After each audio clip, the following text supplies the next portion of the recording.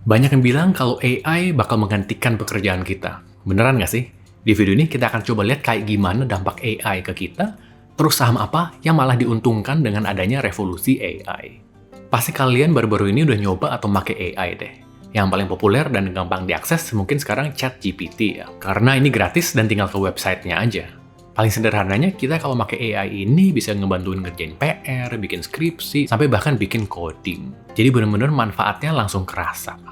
Nah, tapi gimana dengan dunia pekerja? Kalau dari visual atau grafis, ada yang namanya Midjourney dan DALL-E, kita tinggal ngetik kita mau bikin gambar apa, terus keluar deh. Kebayangkan, perusahaan-perusahaan jadi nggak perlu lagi nyari graphic designer. Dan ini udah kejadian. Misal, publikasi seperti Jakarta Post udah menggunakan AI untuk bikin ilustrasi untuk artikel-artikelnya. Jadi mereka nggak perlu lagi tuh nyewa graphic designer. Nggak cuma Midjourney sama DALL-E tadi. Perusahaan-perusahaan yang kita pakai sehari-hari juga sama. Misal, kalau kalian pakai G-Docs atau G-Sheets, nanti di Google Workspace kita bisa pakai AI untuk analisa data dan bikin slide presentasi. Jadi Google udah manfaatin AI banget nih. Dan Microsoft juga. Yang pakai Microsoft Office atau Office 365 itu bakal terintegrasi langsung dengan AI, jadi segala pembuatan tulisan, surat, dan bahkan pembuatan slide itu juga bakal bisa instan. So, yang graphic designer di dunia kreatif kena nih. Pekerja kantoran pun yang biasa pakai Word dan PPT juga kena. Gimana kalau anak digital marketing atau sosmed? Nah, ChatGPT ini sekarang udah bisa kita sambungin ke Canva loh. Jadi mau ngedraft ide buat konten, sampai bikin ratusan draft posting IG itu jadi mudah banget. Jadi bisa dibilang pekerja sosmed pun kena ya. Gimana kalau para konten kreator, kayak selebgram gitu? Bahkan ternyata AI juga udah dipakai buat jadi selebgram. Contohnya ini, dan ini. Ini selebgram yang semuanya dibuat pakai AI. Dari fotonya, dari captionnya, itu semua pakai AI. Followersnya udah lebih dari 100.000, dan di comments-nya udah banyak fansnya kayak orang beneran aja nih. Jadi ngeri juga ya. Buat konten aja nanti manusia bakal harus bersaing dengan AI. Nah, beneran banyak ya impact-nya ke pekerjaan kita. Tapi kalau dibilang menggantikan kita, ya enggak ya. Karena AI itu pada akhirnya adalah sebagai alat aja yang bikin kita makin produktif. Tapi dengan kita makin produktif, berarti output atau hasil yang bisa kita kerjakan itu bakal semakin banyak dan semakin tinggi. Misalnya, yang tadinya butuh 3 orang untuk mengelola 2 akun IG yang posting sehari sekali, atau 30 konten per bulan, dengan AI, mungkin jadinya cuma butuh 1 orang. 2 orang ini jadi tersingkirkan, dan perusahaan akan senang-senang aja karena nggak perlu bayar orang. Jadi udah pasti, semua perusahaan di dunia bakal berusaha untuk mengimplementasikan AI untuk naikin produktivitas mereka sambil nurunin biaya yang dikeluarkan untuk bayar gaji. AI bakal menjadi bisnis yang menggiurkan banget. Nah, siapa nih yang bakal diuntungkan dengan semakin dipakainya AI dalam seluruh aspek kehidupan kita? Mulai dari yang tadi kita lihat deh, namanya OpenAI. Jadi OpenAI ini kan perusahaan di balik ChatGPT, yang sekarang ChatGPT itu udah ada versi berbayar yang harganya $20 atau sekitar 300.000 sebulan. Yang pakai ChatGPT versi berbayar aja diprediksi udah lebih dari 2 juta orang. Jadi kebayangkan keuntungannya tuh. Dan AI yang dikembangkan oleh OpenAI ini dipakai oleh Canva, Microsoft, dan banyak perusahaan lain yang mengintegrasikan AI ke sistem dan aplikasi mereka. Di balik layar, ternyata OpenAI itu punyanya Microsoft juga. Jadi Microsoft itu udah invest jutaan dolar ke OpenAI, dan sekarang dianggap sebagai pengendali atau pemegang saham terbesar OpenAI. Pastinya Microsoft akan berusaha masukin fitur-fitur AI ke dalam produk mereka seperti Office dan Windows untuk mempertahankan dominasi mereka. Google juga nggak mau kalah.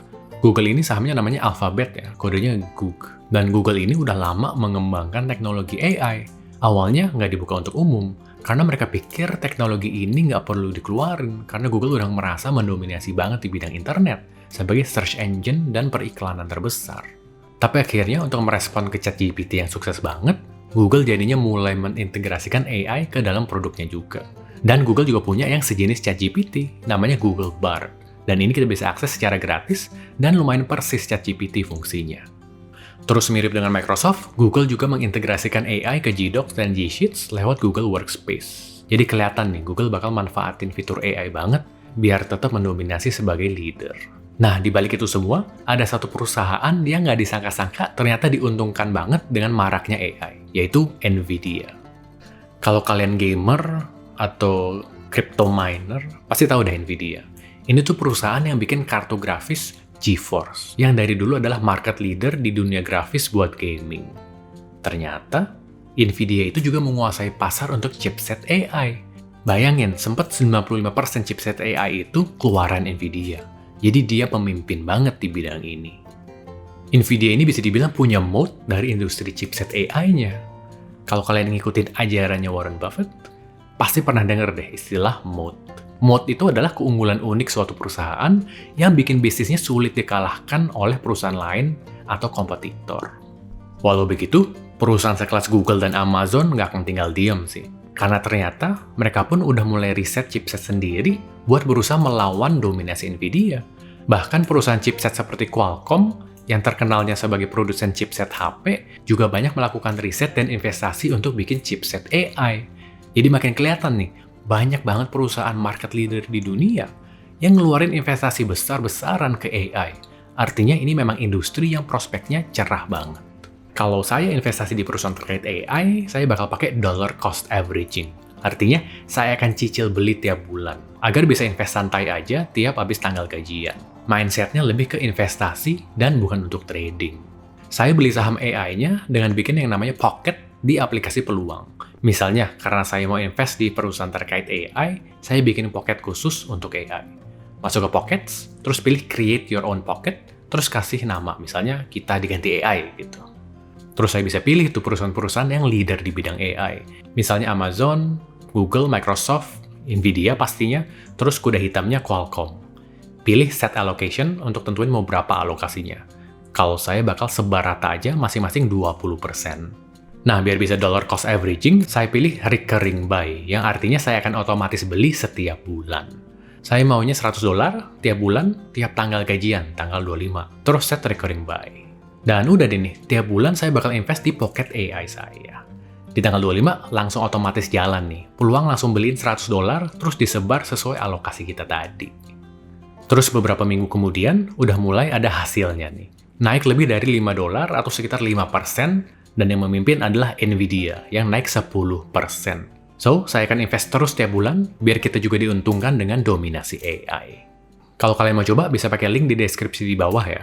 Untuk pengguna baru maupun pengguna lama, bakal dapat reward antara 25.000 sampai 50.000. Thank you.